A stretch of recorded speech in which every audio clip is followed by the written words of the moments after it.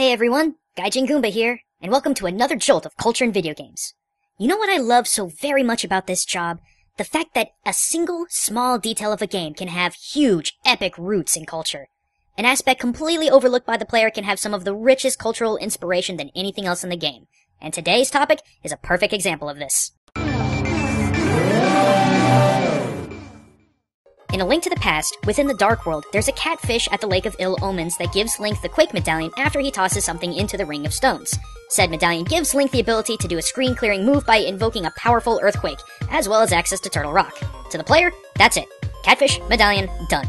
But oh dear Theorist, you have no idea what secrets this incredibly minor detail of the game houses. Now I'm sure you're wondering what the heck a delicacy of the southern United States and one of the deadliest natural disasters have in common. The answer to that lies in 18th century Japan. At this time, there was a belief in massive catfish called namazu, who dwelled underneath the islands of Japan. As one of the yokai, they were mischief makers and bringers of mortal trouble. When they wriggled, their movements caused all manner of earthquakes, big and small.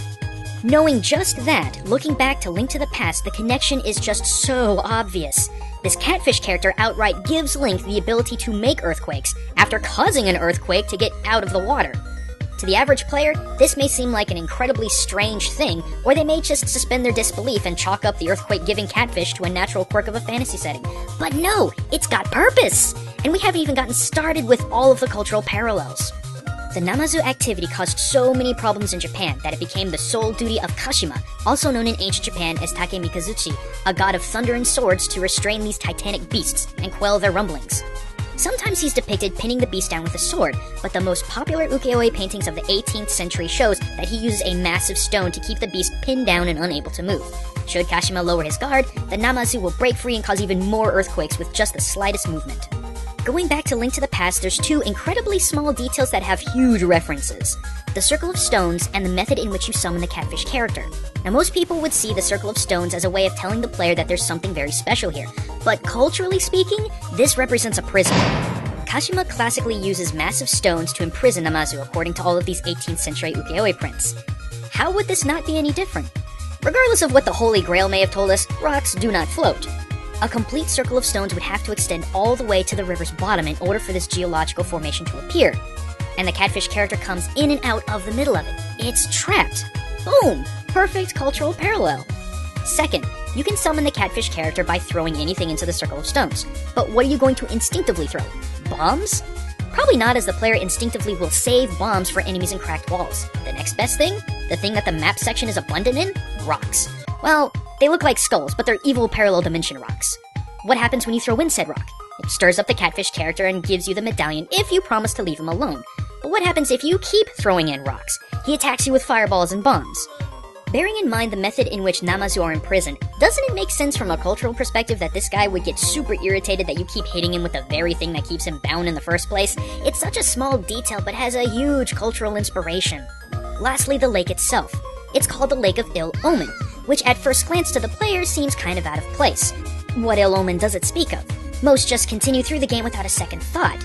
But for you guys watching this video, up to this point you might be thinking, oh, ill omen, if that catfish guy gets loose, the sacred land is kinda screwed. Even more so than it is now with Ganon. And while that's a very astute observation, there's another more detailed explanation to that name. Namazu in Japan's culture didn't start in the 18th century. Their presence was actually dated back as far as the 15th century. At that time, they were seen as benevolent river deities. Namazu would bring warnings of floods and other natural disasters, and on occasion, they would prevent them by stopping or swallowing whole the river dragons who were, at the time, considered to be the chief causes of these kinds of natural disasters. It wasn't until the Great Edo earthquake in October of 1855 that the Namazu were depicted as the culprits. And now the lake's name in Link to the Past makes even more sense. Back in the 15th century, these giant catfish were bringers of ill omens, and the associations here have just become so much more obvious.